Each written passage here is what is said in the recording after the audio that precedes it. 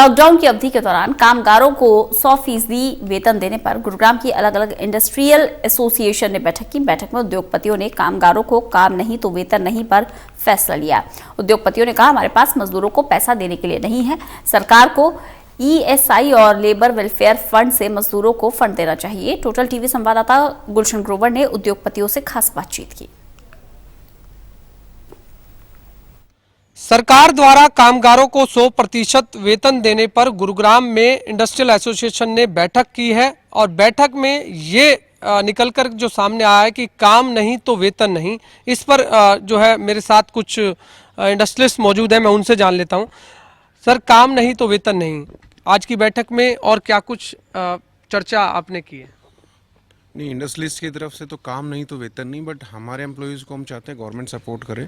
जो भी हमारे फंड्स उनके पास है, जो रिजर्व्स हम देते हैं उनको, ESI या LWF है, लेबर वेलफेयर फंड है, उनसे वो लोग सैलरी दें। हम ये बिल्कुल भी नहीं चाहते ह्यूमन ग्राउंड पे भी और हमारी जो रिलेशनशिप है हमारे एम्प्लॉयज़ के साथ कि सैलरी ना मिले, बट गवर्नमेंट कोई पॉलिसीज़ या किसी स्कीम या हमारे रिजर्व से दे।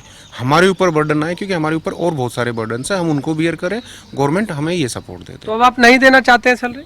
नहीं, हम बहुत देना चाहते हैं फंड, लेकिन है नहीं। अब लोन लेके या फैक्ट्री बेच के सैलरी नहीं दे पाएंगे। तो अगर आप सरकार ने ये भी कहा है कि आपके ऊपर कार्रवाई भी हो सकती है? अब वो कार्रवाई भी होगी, देखो वो सरकार अपनी जगह अपने स्टैंड पे, हम अपनी जगह अपने स्टैंड पे, उसका भी देखेंगे क्या होता है। एक और यहाँ पर बात निकल के आ रही है, शर्मा जी, हम आपसे जान लेंगे कि जो ESI और लेबर फंड के अंदर कितनी मजदूर वर्ग आते हैं और ऐसे में कितना फंड सरकार को आता है? देखिए, इंडस्ट्रियल वर्कर जो भी है जिसकी सैलरी 21,000 रुपये तक है वो ESI में कवर होगा। और गुड़गांव की अगर हम बात करें तो लगभग 11 लाख कर्मचारी ESI में आते हैं। और लगभग अगर हम बात करें तो 4% सैलरी का दोनों पक्ष, एम्प्लॉयर भी और एम्प्लॉय का भी ESI विभाग में जमा होता है, जो कि लगभग 60 से 70 लाख रुपये 60 से 70 करोड़ रुपए हर महीने का जमा होता है। इसी तरह हमारा लेबर वेलफेयर फंड, हमारा बोर्ड है हरियाणा गवर्नमेंट का, उसके अंदर भी हर एम्प्लॉइज जो ESI में कवर है या नहीं है, जिसकी सैलरी की कोई लिमिटेशन नहीं है, अगर लाख रुपये भी सैलरी लेता है तो उसका भी लेबर वेलफेयर फंड डिडक्ट होगा, 25 रुपये एम्प्लॉय का और 50 रुपये एम्प्लॉयर का। तो इस तरह से लगभग 40 करोड़ रुपए के आसपास हर महीने लेबर वेलफेयर फंड सरकार में जमा होता है। तो सिर्फ हमारी यही सबमिशन है कि गवर्नमेंट जब तक कि लॉकडाउन रहे इन मद से पैसा दे, वर्कर्स को उनकी सैलरी के रूप में दे। ESI और साथ में जो लेबर वेलफेयर फंड जो कटता है आपकी तरफ से भी जाता है, वो किस लिए जाता है? दोनों फंड वो सोशल सिक्योरिटी के लिए है। ESI में जो फंड जमा होता है वो वर्कर्स के हेल्थ के ऊपर खर्च होता है, उनकी बीमारी पे खर्च होता है। यदि कोई वर्कर बीमारी के कारण अगर 1 महीना घर बैठता है, डॉक्टर उसको रेस्ट के लिए बोलते हैं, तो उन दिनों की सैलरी ESI पे करता है अपनी जेब से। जहाँ तक लेबर वेलफेयर फंड का सवाल है, बोर्ड का सवाल है, वो वर्कर्स के वेलफेयर के ऊपर खर्च होता है। तो दोनों पैसा अगर हम सोचें तो लेबर सोशल सिक्योरिटी के लिए है, तो सरकार को इन दोनों मद से पैसा खर्च करना चाहिए। आप कह रहे हैं कि पैसा हमारा ही है और ऐसे में जो कोरोना भी एक बीमारी है तो उसी से ही पैसा जाना चाहिए। बिल्कुल, आपने बिल्कुल सही बात कहा कि हमारी ही जेब से निकला हुआ पैसा है, ये वर्कर्स का और एम्प्लॉयर का दोनों का पैसा जमा होता है, तो ये पैसा इन्हीं के वेलफेयर पे खर्च होना चाहिए। देखिए, बिल्कुल जिस तरीके से अलग अलग राय जो है आज निकल के आई है उद्योग जगत की, आपसे जानना चाहेंगे, HR मैनेजर हैं आप, तो आप किस तरह से देखते हैं? और खासकर अब सरकार ने कहा है कि 100% आपको कामगारों को पैसा देना होगा, नहीं तो कार्रवाई की जाएगी। आपने क्या सोचा कि क्या आप लोग सैलरी अब देंगे या नहीं देंगे, किसके ऊपर भार डाल रहे हैं आप? देखो, इसमें मैं पूरी तरह से सरकार के साथ में हूँ कि एम्प्लॉय को पेमेंट होना चाहिए, बट वो पेमेंट है आज उद्योग जगत है उस कंडीशन में नहीं है कि हम अपने पैसे से, और क्यों 1 महीने से कंपनी तो चल नहीं रही है, लास्ट साल भर से हम लोग आर्थिक मंदी की मार झेल रहे हैं, तो उसमें हम पैसे लाएं कहाँ से? तो सरकार को कोई ना कोई प्रोविज़न करना चाहिए। जो भी सरकार के पास फंड है वो किस काम के आना है फ्यूचर में। आज जो फंड हमारे पास में 100 करोड़ के आसपास जो LWF और ESI के साथ में जो स्टॉक रिजर्व है हमारे पास में, तो एटलीस्ट उसके माध्यम से हमें कोई प्रोविज़न रास्ता निकालना चाहिए, जिससे कि जो हमारा मजदूर वर्ग है उनको पेमेंट हो। इस फेवर में हम स्टार्टिंग से रहे हैं कि उनको पैसा मिलना चाहिए, बट सरकार को प्रोविज़न निकाले। लेकिन मजदूर वर्ग को आखिरकार कहां से जाएगा पैसा, अभी तक ये साफ नहीं हो पाया, क्योंकि सरकार भी लगातार उद्योग जगत पर भार डाल रही है। अब उद्योग जगत कह रहे हैं कि ESI और उससे पैसा देना चाहिए। एक तरफ अब मजदूर जो है ये कह रहा है कि एक सोशल मीडिया पर भी अफवाहें चल रही हैं कि यदि आपको पैसा नहीं दिया जाता है कंपनी की तरफ से तो आप वहां पर काम करना छोड़ दीजिए। जैसा कहा जा रहा है कि 20 अप्रैल के बाद उद्योग जगत खुल सकते हैं, तो ऐसे में क्या लग रहा है कि कितनी दिक्कतें आने वाली हैं आपके पास? देखिए, मैं एक चीज़ और देख रहा हूँ कि उद्योग खुलने के बाद भी इनको सुचारू रूप से चलने के तो काफ़ी टाइम लग जाएगा।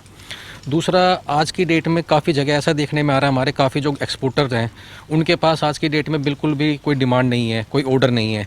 तो ये काम खुलने के बाद भी मुझे नहीं लगता कि वो आगे इस उद्योगों को अपने को चला पाएंगे और अपने लोगों को काम पे रख पाएंगे। तो ये एक बड़ी विकट स्थिति इस टाइम उत्पन्न हो चुकी है कि हम काम कैसे करें, वर्करों को कैसे रखें, उनको सैलरी कैसे दी जाए। क्योंकि देखो, काफ़ी इंडस्ट्री यहाँ पे MSMEs हैं, medium and small scale industries हैं, तो उनके पास इतने फंड्स नहीं है, सरप्लस में फंड नहीं होते कि वो सैलरी दें। बड़ी कंपनियाँ हैं जैसे मारुति हुई, होंडा हुई, इनके पास सरप्लस फंड होते हैं, तो वो 2-3 महीने सैलरी अपने पास से दे सकते हैं। लेकिन बहुत से लोग ऐसे हैं जो मीडियम स्मॉल एंटरप्राइजेज वाले हैं, उनके पास इतने फंड्स नहीं हैं और उनके ऑर्डर ऑलरेडी कैंसिल हो चुके हैं। माल कई लोगों का बनके तैयार पड़ा था लेकिन वो नहीं जा पाया, वो आज ख़राब हो चुका है, उसकी कोई कीमत नहीं रही है और आगे भी उनके पास जो ऑर्डर थे वो भी कैंसिल हो चुके हैं।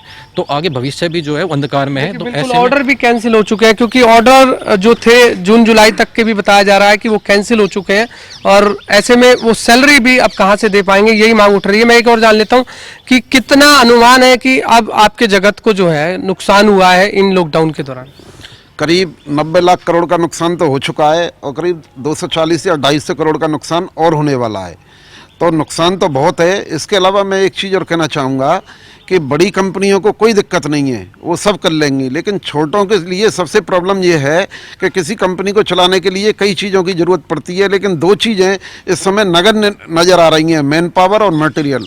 मैन पावर जहाँ परमानेंट एम्प्लॉई हैं बड़ी कंपनी के 50% बाहर जा चुके हैं और छोटी कंपनी है या उनमें कॉन्ट्रैक्ट लेबर है वो 75% यहाँ से जा चुकी है और वो इस फिराक में है कि जैसे लॉकडाउन खुले हम यहाँ से जाएं।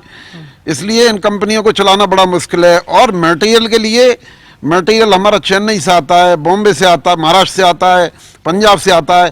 तो अगर इंडस्ट्री खोलनी है तो कई स्टेटों को लॉकडाउन को खोलना पड़ेगा, तभी हमारी इंडस्ट्री संभव है, अदरवाइज नहीं होगी। तो 20 तारीख को जो उद्योग जगत के खुलने की बात है उससे कोई फायदा नहीं है, क्योंकि आप कह रहे हैं मजदूर वर्ग भी मिलेगा नहीं अभी? बहुत मुश्किल है, मजदूर वर्ग भी नहीं मिलेगा, ना मटेरियल मिलेगा और मशीनों को चलाने में भी टाइम लगेगा, क्योंकि ट्रायल करने के लिए भी 2 दिन चाहिए कम से कम। सैलरी को लेकर के क्या ओपिनियन है, किस तरह आप मजदूर वर्ग को सैलरी? आप मजदूर वर्ग को सैलरी के लिए गवर्नमेंट को हेल्प करनी चाहिए। बड़ी कंपनी जैसे मारुति है, उसके जॉइंट वेंचर हैं, एंसिलरी हैं, वो आराम से दे देंगी क्योंकि मारुति उनकी हेल्प कर देगी।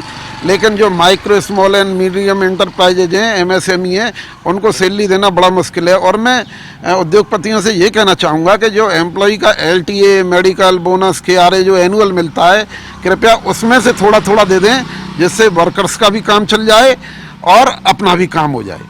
देखिए, बिल्कुल लॉकडाउन के दौरान कई तरह की बातें जो है यहाँ पर निकल के आई है और हालांकि अब उद्योग जगत के लिए एक चिंता का विषय ये बना हुआ है कि आखिरकार वो अब कामगारों जो सैलरी की बात है अपने एम्प्लॉयज को वो कैसे दें, क्योंकि इंडस्ट्री बंद है। हालांकि सरकार को एक सुझाव जरूर दिया गया है आज उद्योगपतियों की तरफ से कि जो ESI और लेबर वेलफेयर फंड जो कटता है आप उनमें से पैसा दे सकते हैं। हालांकि वो पैसा भी हमारा ही है और हमारे ही एम्प्लॉयज को आप पैसा दे रहे हैं, तो सरकार के फंड में से भी कुछ नहीं जाएगा। जो पैसा हम लोग देते हैं आप उसी फंड में से पैसा दे दीजिए।